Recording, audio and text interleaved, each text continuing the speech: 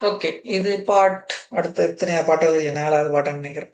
சரி, சி சீக்கிரடிய பார்ப்போம். சீக்கிரடியில் என்ன இருக்கு? என்ன இருக்குது? மேனுஃபேக்சரிங் கம்பெனி என்னவா? பிக்யூஆர் என்ற சோர்ஸ்ல இருந்து எல்லாம் என்ன சப்ளை வழங்குறாங்க. ஓவர்ஸ் அப்ராக்சிமேஷன் மெத்தட்டை பாவிச்சு இனிஷியல் வீசிபிள் டிரான்ஸ்போர்டேஷன் தந்துருக்குறாங்க. இந்த டிரான்ஸ்போர்டேஷன் காஸ்ட் வந்து 1000ல் எழுதியிருக்கான் ஒரு யூனிட்டுக்கு. பிளான்ட் அமௌண்ட் வந்து போட்டிருக்காங்க கமெண்ட் ஃபார்மேட்ல. ஓகே, சரி, வேற ஒன்றும் இல்லை. கேட்டிருக்கிறாங்க considering the நான் பேசிக் செல் இவாலுவேஷன்ஸ். நான் பேசிக் செல் என்ன தெரியும்? இந்த நிரப்பப்படாத இடங்கள்லாம் நான் பேசிக் செல். அந்த நான் பேசிக் செல் இவாலுவேஷன்ஸ் என்ன? இந்த டெல்டான்னு சொன்னாலே நான் தெரியும், அந்த சேஞ்சஸ் தான். அந்த செல்லுல போடுறதால வர யூனிட் சேஞ்ச் அது தந்துருக்குறாங்க கொஞ்சத்துக்கு. கேட்டிருக்கிறாங்க டெல்டா 11ஐயும் டெல்டா 14ஐயும் காணட்டான். அதோட cost coefficient C31 C31 என்ன? C31 மூன்றாவது குளத்துல இருக்கிற முதலாவது. இது இந்த cost coefficient என்ன? X. அதையும் காணட்டான். என்னென்று காண்றது? டெல்டா 11 என்ன? டெல்டா 1ன்றது முதலாவது குளம். டெல்டா 14ன்றது என்ன? முதலாவது ரோ 4வது குளம். இந்த ரெண்டு டெல்டாவையும் காணட்டான். ஒன்றுமே இல்லை. இதெல்லாம் ஒரு கேள்வி என்றே நீங்க கஷ்டப்பட தேவையில்லை. இவ்வளவு நேரம் படிச்சதை வச்சுக்கொண்டு என்ன சொல்லலாம் சொல்லுங்க பாப்போம். எக்ஸ காண்றதுக்கு என்ன உங்களுக்கு என்ன எக்ஸ காணணும்னு தெரியும். இதுல வந்து தந்திருக்காங்க தானே சேஞ்ச். இத்தனை சேஞ்ச் தந்திருக்காங்க. இத்தனை சேஞ்சுல ஒரு சேஞ்ச் எக்ஸ் வந்தா உங்களுக்கு காண தெரியுமா? தெரியாது. காண தெரியும். சரி, டெல்டா 21 இருக்கா பார்ப்போம். டெல்டா 21 என்ன உங்களுக்கு கஷ்டம் வந்து டெல்டா 21 இதுல என்ன இருக்கு? ஓஆர்ல ரெண்டாவது கோலம், ரெண்டாவது ரோல முதலாவது இதுதான். இதெல்லாம் மாத்துறதுக்கு என்ன கோர்ஸ் கொடுக்கலாம்? இப்போ 180 180 மேல போனா போலாமா? இல்ல. வேற என்ன பாதை இருக்கு? இப்படியே நேரம் அங்காளவும் அடுத்து 180 இங்க போகலாம், இங்க போகலாம், இங்க போகலாம். வந்துட்டா க்ளோஸ் வந்துட்டு அவ்வளவுதான். என்னென்று பாக்குறது? 14, அடுத்தது -15, அப்ப -1 சக 10, 9, 9 சய எக்ஸ், 9 சய எக்ஸ் என்ன வருது? 9 சய எக்ஸ் என்ன? டெல்டா வந்து 9 சய எக்ஸ் வருது. இதுதான் என்ன? டெல்டா டெல்டா என்ன? 2 1 டெல்டா 2 1 9 சய எக்ஸ். ஞாபகம் வச்சிருங்க, நான் அழிக்க போறேன். சரி, டெல்டா 9 சய எக்ஸ் என்ன? டெல்டா 21 வந்து என்ன? பூஜ்ஜியத்துக்கு சமனம். இது பூஜ்ஜியத்துக்கு சமனம் உங்களுக்கு சொல்ல தெரியாது இருக்கிறேன். இவ்வளவு பூஜ்ஜியத்துக்கு சமனம் எக்ஸ் உங்களுக்கு காண தெரியாது. அவ்வளவுதான், முடிஞ்சது. சாமான் முடிஞ்சு அவ்வளவுதான். இவ்வளவுதான். 9 போட்டாச்சு. இப்ப வந்து என்ன செய்ய போறோம்? Delta 11 delta 14. உங்களுக்கு நம்பிக்கை இல்லாட்டிக்கு மிச்சதுல செஞ்சு பாருங்க. ஏதாச்சும் இடத்துல இன்னொரு எக்ஸ் வரும், அதுவும் 9க்கு சமனாத்தான் வரும். அவ்வளவுதான். வேற என்ன உங்களுக்கு? இது உங்களுக்கு உங்களோட நம்பிக்கை இருந்தா நீங்க ஃபர்ஸ்டா செய்வீங்க. ஒழுங்கா ஓகே. டெல்டா இது காண்றது என்னன்னு காண்றது? முதலாவது எப்படி போனா க்ளோஸ் லூப் வரும்? இப்படி போவோம், இப்படி போவோம், இப்படி போவோம், இப்படி போவோம், இப்படி போவோம், இப்படி போவோம். ஓகே, வந்தாச்சு. அப்ப உங்களுக்கு தெரியும் இந்த பிளஸ் 16ல பிளஸ் பிளஸ் இல்லைங்க, அதெல்லாம் நெகட்டிவ் செல். இது பிளஸ், இது நெகட்டிவ், இது பிளஸ், இது நெகட்டிவ். டிரான்ஸ்போர்டேஷன் கொடுத்துருக்கு தானே, அதை இதை கூட்டி இதை கழிச்சு கூட்டி கழிச்சு கூட்டி கழிச்சு எக்ஸ் கழிக்க என்ன வரும்? இது 9 தானே, கழிச்சு பாருங்க இது வரும். அதே மாதிரி இதற்கு லூப் போட்டா இப்படி வரும். அவ்வளோ சரிதானே? ஓகே, அவ்வளவுதான். வேற என்ன? அடுத்த களி. இஃப் போத் டெல்டா 11 டெல்டா 14 பாசிட்டிவா வந்துச்சுன்னா உங்களோட கன்க்ளூஷன் என்னன்னு கேட்டுருக்கான். டெல்டா 1 இதுவும் பாசிட்டிவா வந்து இதுவும் பாசிட்டிவா வந்துச்சுண்டா, வந்துச்சுன்னா நான் நினைக்கிறேன் என்ன, எல்லா டெல்டாவும் கண்டாச்சுன்னு நினைக்கிறேன். எல்லா டெல்டாவும் கண்டு அவ்வளவு கிரேட் தானோ ஈக்குவல் டு பூஜ்ஜியமா வந்துச்சுண்டா, what is your conclusion as an engineer? இதுதான் உங்களோட ஒப்டிமல் சொல்யூஷன். That's all. நான் எல்லாத்தையும் செய்து காட்ட விரும்பல. ஸோ உங்களுக்கும் செய்து பார்க்க தேவைதானே. அப்ப அதுக்காக இவ்வளவு கொஞ்சம் பேர் கேட்டாங்க. பாஸ்டர் பேரும் செஞ்சா புண்ணியமா போகும்டான்ட்டு. அவ்வளவுதான் அதுக்காக செஞ்சது. அதுக்காக உண்மையா நான் கேலி செய்வது என்ற நோக்கம் இல்லை. நான் செஞ்சதை வச்சு உங்களுக்கு கேலி செய்ய முடியும்டா, அவ்வளவுதான். அதுக்கு தான் நான் எடுத்தது ஒழிய கேலி செஞ்சு பார்க்கறதுக்கு இல்லை. ஓகே, வெறும் கேலி செய்யறது பார்க்கறதுக்கு மட்டும் படிக்கிறீங்கள தானே, அதுக்கு தான். ஓகே. இப்ப நாங்க புது பிரச்சனைக்கு போவோம். அந்த புது பிரச்சனைக்கு பேர் வேற யாரும் இல்லை, டிரான்ஸ்ஷிப்மெண்ட் ப்ராப்ளம். என்னடா டிரான்ஸ்ஷிப்மெண்ட் ப்ராப்ளம்டா? இங்க பிளேன்ல போய் இப்ப அது போன ஆட்களுக்கு தெரியும். தூர இடங்களுக்கு, கிட்ட கிட்ட இடம் இல்ல, தூர இடங்கள். இப்ப ஸ்ரீலங்கால இருந்து ஸ்ரீலங்கால இருந்து நாங்க கனடாக்கு போறோம்டா, இங்க இருந்து இங்க லண்டன்ல இறங்கி அங்க இருந்து கனடாக்கு போகலாம். இல்லாட்டி அங்க மற்ற பக்கமா போறோம்டா, எல்லாருமே இப்படி போறோம் இல்லை தானே, பசிபிக்காலையும் போகலாம். இங்க இருந்து என்ன மலேசியாவில போயிட்டு அங்க இருந்து அப்படியே போய் கனடாக்கு போகலாம். அப்படி, அதாவது பிளேன்ல அவ்வளவு தூரம் தொடர்ந்து போயிடலாம். அவ்வளவு தூரத்துக்கு ஒரு இடத்துல நாங்க பிட் ஸ்டாப் மாதிரி போய் ரெஸ்ட் எடுத்துட்டு போவோம். கார்ல, ரேசிங் கார்லயும் அதே மாதிரி தான். ஒரு லெப் ரெண்டு வைங்கள இப்படி ரேஸ் போட்டி. அதுல வந்து தொடர்ந்து ஒரே ஒரே கூட்டத்துல அவ்வளவு முடிக்க மாட்டோம். இப்படி போயிட்டு ஒரு இடத்துல நிப்பாட்டி டயர் எல்லாம் மாத்தி ஃபியூல் எல்லாம் போட்டு அதுக்கு பிறகுதான் போவோம். அப்ப அங்க போற அந்த இடங்கள் இருக்குது தானே, அது வந்து வேர் ஹவுஸ் சொல்லலாம் இந்த பிரபலத்துல. அதாவது ஒரு சப்ளை, அதாவது எங்கள்கிட்ட 3 சப்ளை இருக்குது, 5 டிமாண்ட் இருக்குது. அதாவது 5 இடத்துக்கு நாங்க சாமான் அனுப்பலாம். ஓகே, 5 கடை இருக்குது, 5 கடை இருக்கு, 3 சோர்ஸ் இருக்கு. பட் எங்கள்கிட்ட இப்ப புதுசா 3 வேர் ஹவுஸும் இருக்கு. அதாவது 3 சாமான இங்கே எடுத்து கொடுக்கலாம், அதே மாதிரி இங்கே இருந்து அனுப்பலாம். இங்கே எடுத்து கொடுக்கலாம், இங்கே இருந்து அனுப்பலாம். இப்ப யோசிச்சு பாருங்க, இப்படி இப்படி இதுல இருந்து எவ்வளவு பேருக்கு போகலாம்.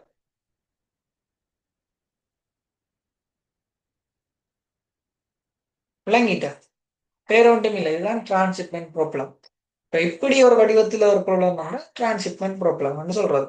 அதாவது நாங்க வளமையா என்ன பார்த்தினாங்கன்னா, ஒரு நோட்ல இருந்து அவர் எப்பயுமே சாமான கொடுக்கறது மட்டும்தான் அவர்கிட்ட வேலையா இருக்கு. இங்க இருந்து நாங்க டிரான்ஸ்போர்ட் பண்றது மட்டும்தான்.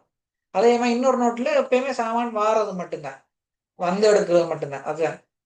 ஆனா டிரான்ஸ்ஷிப்மெண்ட் ப்ராப்ளத்துல ஒரு நோட் வந்து பொருளை வாங்குற வேலையும் செய்வார், பொருளை அனுப்புற வேலையும் செய்வார். இப்ப 2 விதமான இதுவும் நடக்கிற நோட்ஸ் வந்து இருக்கு. அதுதான் டிரான்ஸ்ஷிப்மெண்ட் ப்ராப்ளம்ன்றது. ஓகேயா? இதுல நாங்க பெருசா கேலி செஞ்சு பார்க்க மாட்டோம். ஏனென்றா இதுல வந்து எக்ஸாமுக்கு வரும் ஃபார்முலேஷன்ல மட்டும்தான் கேள்வி வரும். அதாவது லீனியர் ப்ரோக்ராமுக்கு மாற்ற போறோம், எங்களுக்கு தெரிஞ்ச எக்ஸ் ஃபார்மேட்டுக்கு மாற்ற போறோம், அதில் மட்டும்தான் கேள்வி வரும். ஸோ அதுக்கு நான் செய்து பார்க்கறதுக்காக என்ன செய்ய போறோம்டா,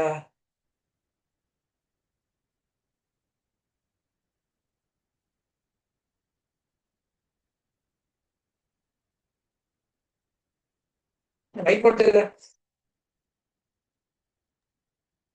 ஓகே, இது பழசு எளிதாக்கும், புதுசுக்கு மாத்திரத்துக்கு பண்ண தெரியும். பாருங்க, பழைய செஞ்சுரி அதெல்லாம் கொஞ்சம் கிடக்கு. வெளியே ரூமா வந்து இல்லை மேக்ஸிமம் எஃபிஷியண்டா யூஸ் பண்ணலாம் தான். பட் நான் மவுஸால வகிக்கிறால இந்த கொடுமை இருக்குது. டேப்லெட் ஏதாவது இருந்ததுன்னா நான் இன்னும் படிக்கலாம் தான், படிக்கலாம். ஓகே, சரி. அந்த 4 இது பார்த்து நாங்கள் அதே மாதிரி எழுதுவோம். அப்ப தெரியும். அப்ப நாங்க சப்ளைக்கு கொஞ்சம் இருக்குன்னு வைப்போம். சப்ளை அதை வந்து சையண்டு குறிப்போம். எத்தனை இருக்குண்டா, 2, 3, 4, 5 5 சப்ளை இருக்குன்னு வைப்போமே. 1, 2, 3, 4 துறைக்கு அந்த சப்ளைக்கு போடலாம். அதே மாதிரி எத்தனை வேர் ஹவுஸ் இருக்குண்டா, 1, 2, 3. சரி, 1, 2, 3. இதை வந்து டபிள்யூ ஜே என்று போடுறேன். அது வேற நம்பர் தானே. ஐன்றது 1லேருந்து 5 வரைக்கும் இருக்கும். டபிள்யூல ஜே வந்து 1லேருந்து 3 வரைக்கும் இருக்கும். அங்கே டிமாண்ட் அதை கே எடுத்து போடுறோம். எத்தனை டிமாண்ட் இருக்கண்டா 1 2 3 6 6 இருக்கண்டு இருக்கும். போடுறதுக்காக வேற வேற போடுறதுக்காக 3 கணக்க போட்டோம் போல.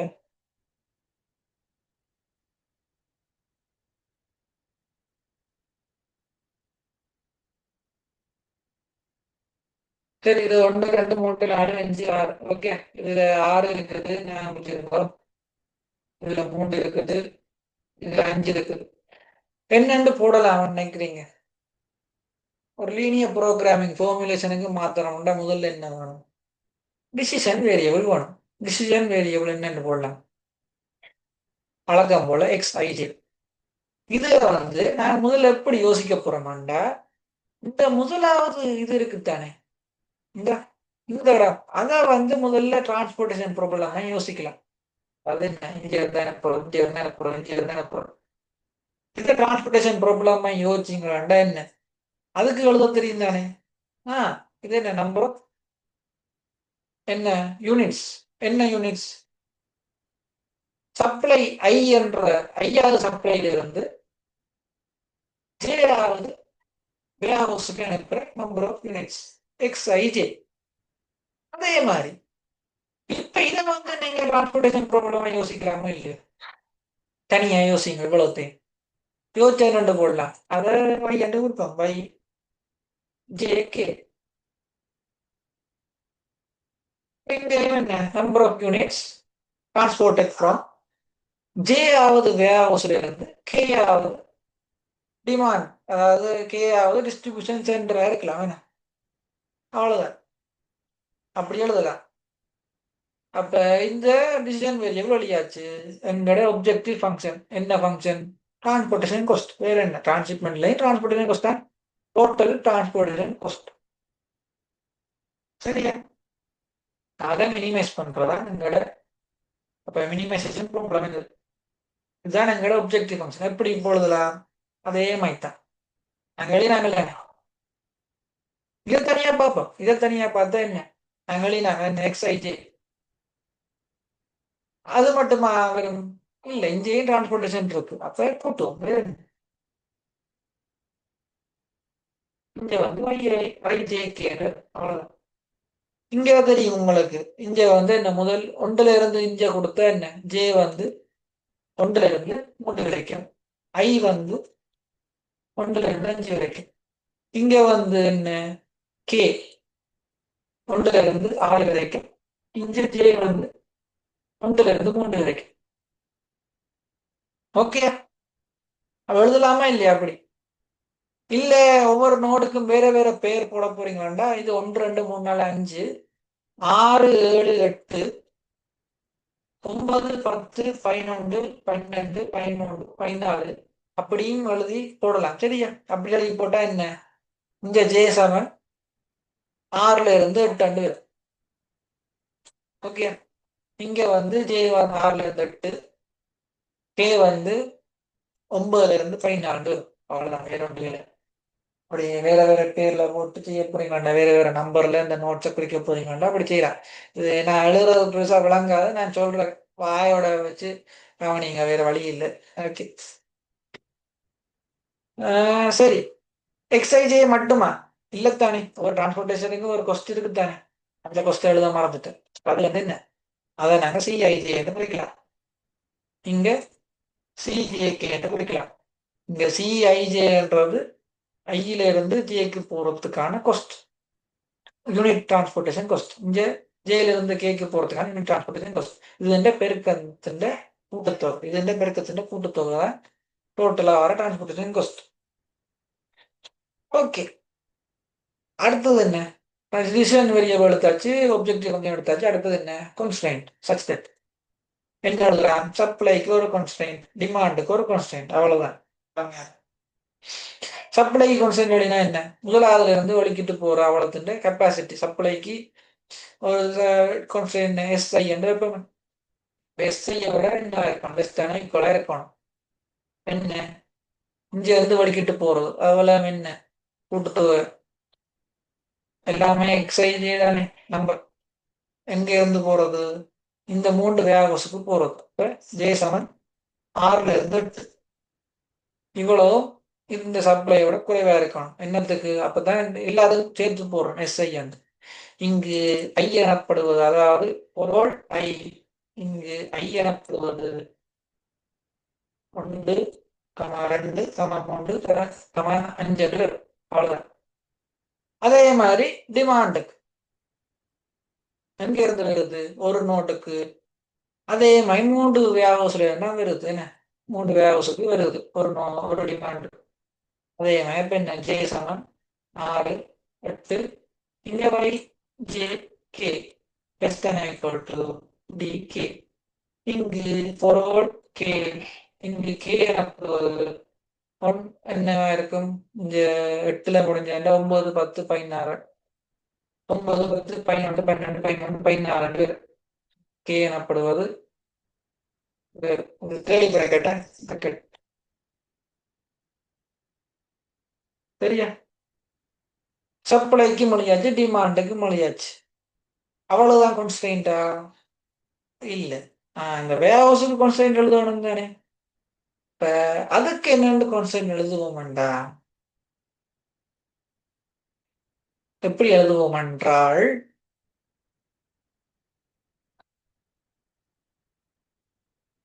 அதாவது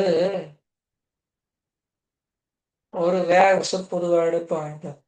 ஓகே, அதாவது சாமான் வந்து சப்ளைல இருந்து ஒரு வேர்ஹவுஸுக்கு வருது.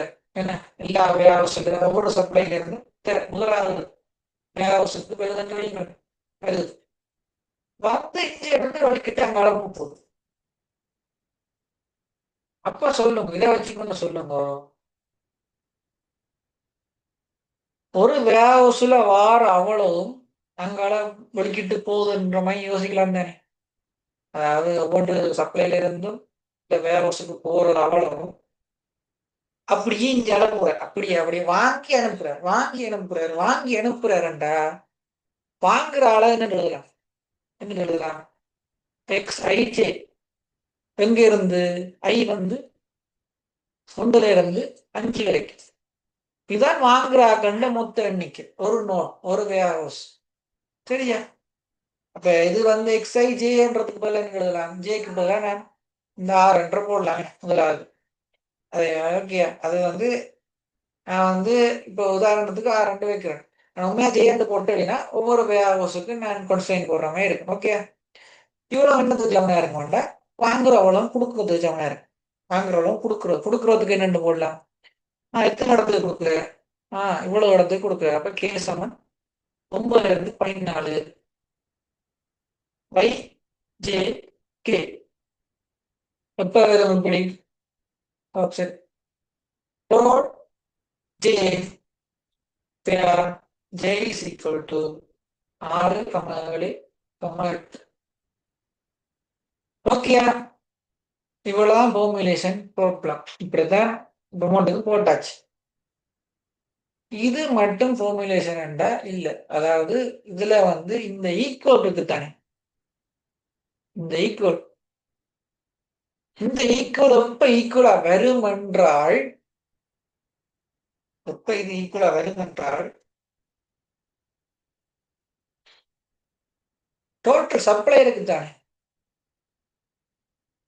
இந்த டோட்டல் சப்ளையும் டோட்டல் டிமாண்டும் ஈக்குவலா வந்துச்சேன்டா என்ன நடக்கும், சப்ளைல இருந்து வந்த அவ்வளோ டிமாண்டுக்கு போயிடும். இப்ப மிச்சம் ஏதாச்சும் இருக்குமா, இல்ல. இல்லாட்டி என்ன அர்த்தம், வேர்ஹவுஸ்ல வந்த அவ்வளவும் வெளியில போயிட்டு அர்த்தம். ஓகே, வேர்ஹவுஸுக்கு இருந்து வந்த அவ்வளவும் வெளியில போயிட்டு அர்த்தம். அப்ப அந்த இடத்துல வந்த அவ்வளவும்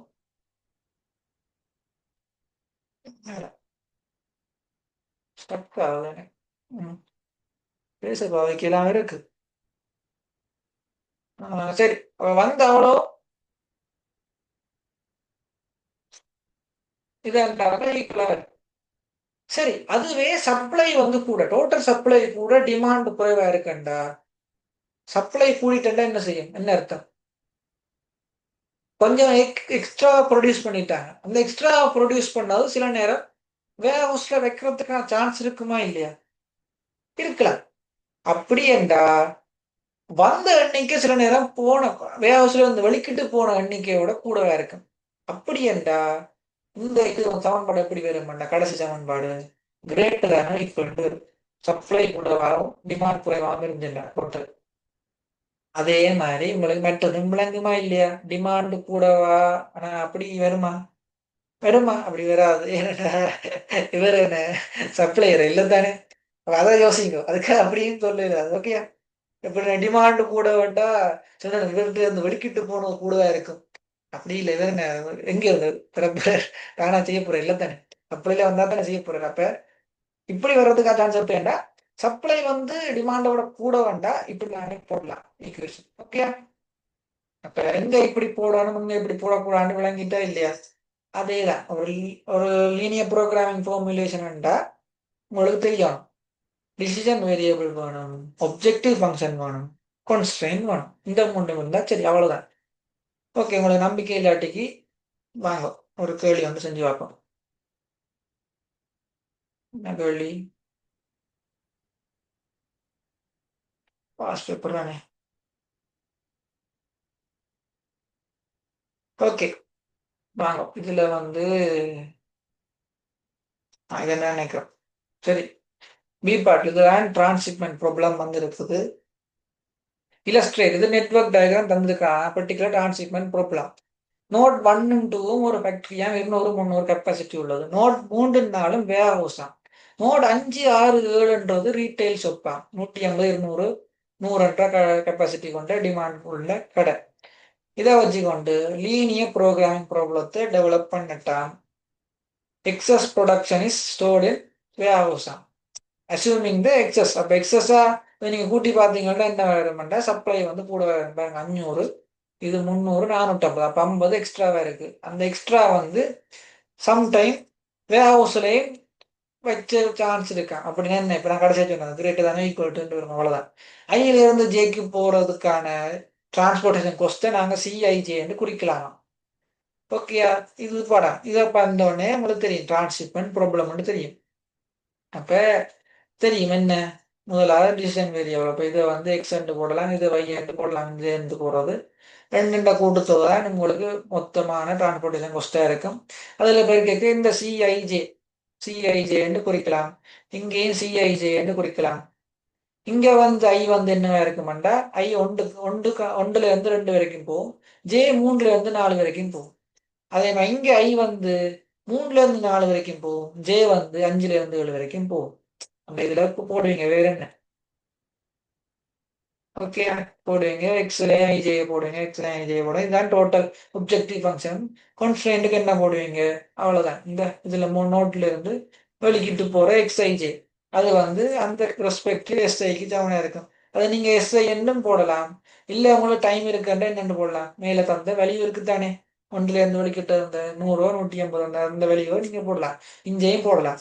போட்டுட்டு மூன்றாவது ஹவுஸ்ல இருந்து வந்த இதுக்கு என்னென்னு போடலாம். இந்த இதுதான் வெளிக்கு உள்ள வந்தது இது வெளியே போனது. இந்த இது வந்து என்ன, சப்ளை வந்து கூடத்தானே. ஸோ இது கிரேட்டரான ஈக்குவல் வந்து வரும். அவ்வளோ முடிஞ்சு. அப்போ இந்த ஐஜி என்ற இந்த வேல்யூ வந்து ஒழுங்கா நீங்க போட்டுட்டு அங்கால இங்க ஐ எனப்படுவது எந்த வெளியில் வந்து எந்த வெளி, ஜே எனப்படுவது எந்த வெளி இந்த வெளி போட்டு கணச்சு அவ்வளோதான். மார்க்ஸ் ஃபுல் மார்க்ஸ் வந்துடும், அவ்வளோதான். இது என்ன இதுல. ஓகே, அவ்வளோதான். டிரான்ஸ்ஷிப்மெண்ட் ப்ராப்ளம் அவ்வளோதான். இதுல கேலி செஞ்சு நான் விளங்கப்படுத்தலாம் தான். உங்களுக்கு கேலி செய்யறதுக்கு என்னண்டு செய்யறேன்டா, கேலி செய்ய விருப்பமான ஆக்கள் இருக்கிறீங்களா டிரான்ஸ்ஷிப்மெண்ட் ப்ராப்ளத்துல? விருப்பமோ விருப்பம் இல்லையோ டக்குன்னு நான் அதையும் சும்மா சொல்லி விடுறேன். அது உங்களுக்கு வேற அது படிப்பிக்கிறது தானே. அப்ப இது வந்து என்னண்டா 4 சப்ளை இருக்கா, 2 டிமாண்ட் இருக்கா, 2 இது. ஆனா என்னண்டா இந்த இந்த 4ம் இந்த 2ம் இந்த 6மே வேர் ஹவுஸா செயற்படுமா. அப்படின்னா என்னண்டா இவ்வளவும் வாங்கும் இவ்வளவும் அனுப்பும். எல்லா இதையும் நாங்க சப்ளையாகவும் யூஸ் பண்ணலாம், டிமாண்டாகவும் யூஸ் பண்ணலாம். அப்படி என்ன தெரியும்? சரி, சப்ளையா யூஸ் பண்ற அவ்வளோத்தை இங்க ரோல போடுவோம். இதுல டிமாண்டா யூஸ் பண்ற அவ்வளவும் இதுல போடுவோம். அப்ப இதுல எல்லாருமே சப்ளையா யூஸ் பண்ணலாம், டிமாண்டா யூஸ் பண்ணலாம் வேண்டாம். எல்லாமே வரும் தானே. ஓகே, அப்ப எல்லாமே நாங்க இதுல போட முடியும். சரியா? அப்ப இப்படி போட்டா இப்படித்தான் வரும். சரி, அதே மாதிரி தெரியும். ஒரு இதுல இருந்து அதே இடத்துக்கு போறது டிரான்ஸ்போர்டேஷன் காஸ்ட் வந்து எப்பயுமே பூச்சியமா இருக்கும். அது விளங்கும் தானே. அதால இப்படி பூச்சியம் வந்து வருது. ஓகே. அதே மாதிரி இங்க கெப்பாசிட்டி தந்திருக்காங்க. அப்ப S1 என்ற சப்ளையின் கெப்பாசிட்டி எவ்வளவு? சப்ளையின் கெப்பாசிட்டி வந்து 100. ஆனா என்னண்டா 100 தான் நெட் நெட் அவுட்புட் வந்து 100 இருக்கும். அதாவது இவர் வந்து இதாகவும் செயற்படுவார், இதாகவும் செயற்படுவார் இல்லோ S1 இப்ப. அதாவது வேவசா மாதிரி தான் யூஸ் பண்ண. அப்ப இவர்ல இருந்து வாங்கலாம், அனுப்பலாம் S1ல இருந்து. அப்ப வாங்கி அனுப்புறது தான் மொத்தம். அப்ப இவர்கிட்ட ஒரு என்னன்னு சொல்றது, S1 தனியா எவ்வளவு வெளியில கொடுக்குமெண்டா S1 100 தான் கொடுக்கும், 100 உற்பத்தி செய்யும். ஆனா மேக்சிமம் எவ்வளவு வாங்குவேன் ரெண்டு பேரும். இவ்வளவு எண்ணிக்கை வந்து 800 ரெண்டு வருது. டோட்டல் சப்ளை, டோட்டல் டிமாண்ட் வந்து அதுவும் 800 ரெண்டு வருது. Okay, total demand 800, total supply 800. அப்ப 800 வாங்குவேன், வாங்கி 900 அனுப்புவேன். அது விளங்கிட்ட. 800 வாங்கக்கூடிய திறமையும் இருக்கு, டிமாண்ட் இருக்கு தானே. டிமாண்ட், டோட்டல் டிமாண்ட் 800 தானே. இப்ப 800 வாங்கக்கூடிய அபிலிட்டியும் இருக்கு. அனுப்பேக்கு அந்த 800 சேர்த்து 100 அவுட்புட்டா நெட்டா 100 எக்ஸ்ட்ராவா கொடுக்கக்கூடிய ஆற்றலும் இருக்கு இவர். அப்ப இங்க வந்து சப்ளைல நாங்க என்னென்னு குறிப்போம்டா அந்த 800 பிளஸ் 100 900 வந்து குறிப்போம். அதேமே S2க்கும் அதே மாதிரி தான். 800ம் அவர் எவ்வளவு கொடுப்பார்? 200. அப்ப 800ம் 200ம் 1000. அப்படி நாங்க கொடுக்கலாம். அதே மாதிரி D1 யார்? அது டிமாண்ட். அவர் சப்ளை கொடுக்க மாட்டார். அவருக்கு கெப்பாசிட்டி, சப்ளை கெப்பாசிட்டி இருக்கா? இல்ல, 0. அப்ப அவர் 800 தான் கொடுக்கலாம். அதாவது எவ்வளவு அவர்கிட்ட வந்து ஃபுல்லா இந்த 4 பேரும் சேர்ந்து இவர்கிட்ட கொடுத்ததை அவர் கொடுக்கலாம் இல்லையா. அவரா உற்பத்தி ஒன்றும் புதுசா செய்யலாது. ஓகே, நீட்டும் அதே மாதிரி தான் 800. அதே மாதிரி இங்கேயும் யூஸ் பண்ணலாம். இங்க என்ன S1க்கு டோட்டல் டிமாண்ட் எவ்வளவுண்டா, டோட்டல் டிமாண்ட் என்னண்டா என்ன 800 தான். என்ன அவரால் வாங்க முடியும், அவரால் எக்ஸ்ட்ரா அதை விட 800 வாங்க இயலாது. S2வும் அதே மாதிரி தான் 800 தான். S3 அதே மாதிரி தான் 800 தான். S4ம் அதே தான் 800 தான். ஆனா D1க்கு 800 வாங்கக்கூடிய இது இருக்குது. ஆனா அது மட்டும் இல்லாம இப்ப D1க்கு எப்படி என்ன இப்படி வரும்.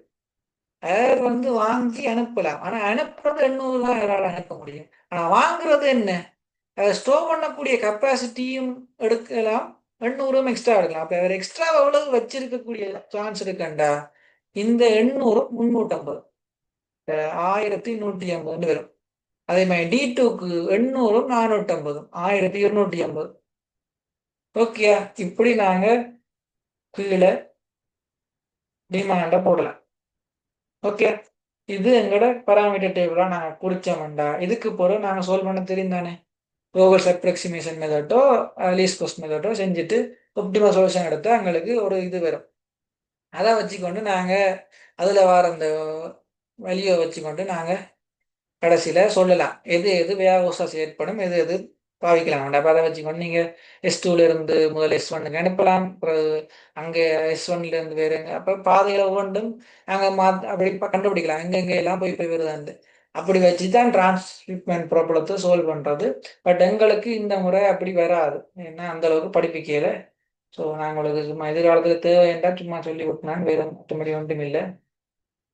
ஸோ இதோட நாங்க இதை முடிச்சா நல்லவன் நினைக்கிறவங்களுக்கு நித்திர வந்திருக்கும். ஓகேயா, டிரான்ஸ்ஷிப்மெண்ட் ப்ராப்ளமும் டிரான்ஸ்போர்ட் ப்ராப்ளமும் பிரச்சனை இருக்கா இதுல?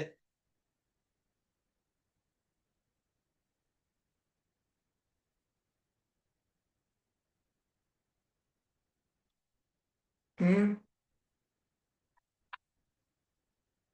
ஹலோ, கிலோ, கிலோ இல்லை இல்லை. எல்லாம் முடிஞ்சா? டிரான்ஸ்போர்ட்டேஷன் ப்ராப்ளம் அத்துப்படியா? இப்ப நம்பிக்கை ஆமாம். வந்துருச்சா? அஹ், ஆ அதுல ஒன்றும் என்ன? இல்லையென்று விளங்கிட்டா? டிரான்ஸ்போர்ட்டேஷன் ப்ராப்ளம்ல பெருசா ஒன்றும் இல்லையென்று விளங்கிட்டா? ஓ, பெரிய பிரச்சனை இல்லை. அவ்வளவுதான். ஓகே, இதுக்கு பிறகு அசைன்மெண்ட் ப்ராப்ளமும் ப்ரொஜெக்ட் மேனேஜ்மெண்ட் தான் இருக்கு, வேற ஒன்றும் இல்லை. அது நாளைக்கு பார்ப்போம்ட்டு நம்புறேன். ஏன்னா உங்களுக்கு படிக்க வேணும், நானும் படிக்க வேணும். ஸோ இதோட நாங்க முடிப்போம்.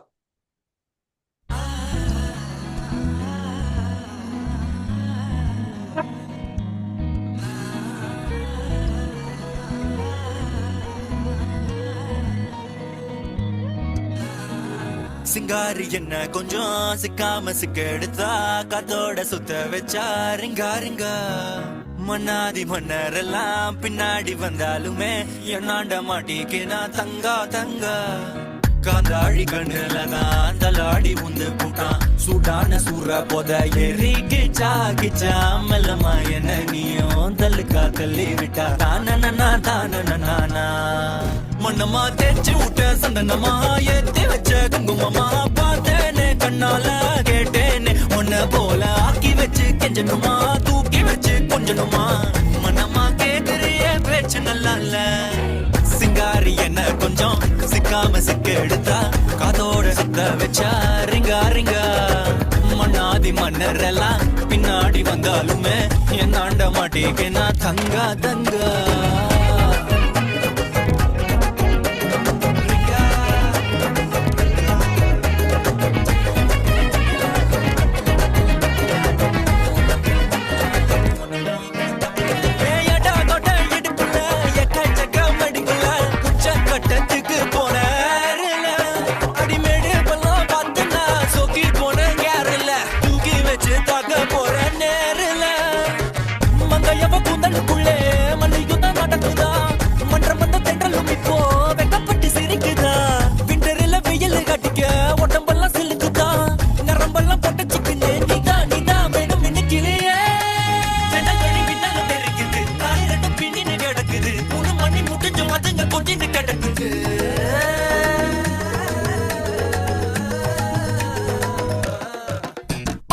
சிங்காரி என்ன கொஞ்சம் சிக்காம சிக்க எடுத்தா காத்தோட சுத்த வச்சா ரிங்கா ரிங்கா.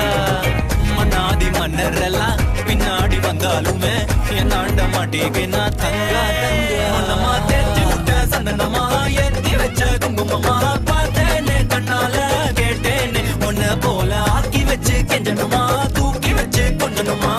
மனமா கேக்குறிய பேச்சு நல்லா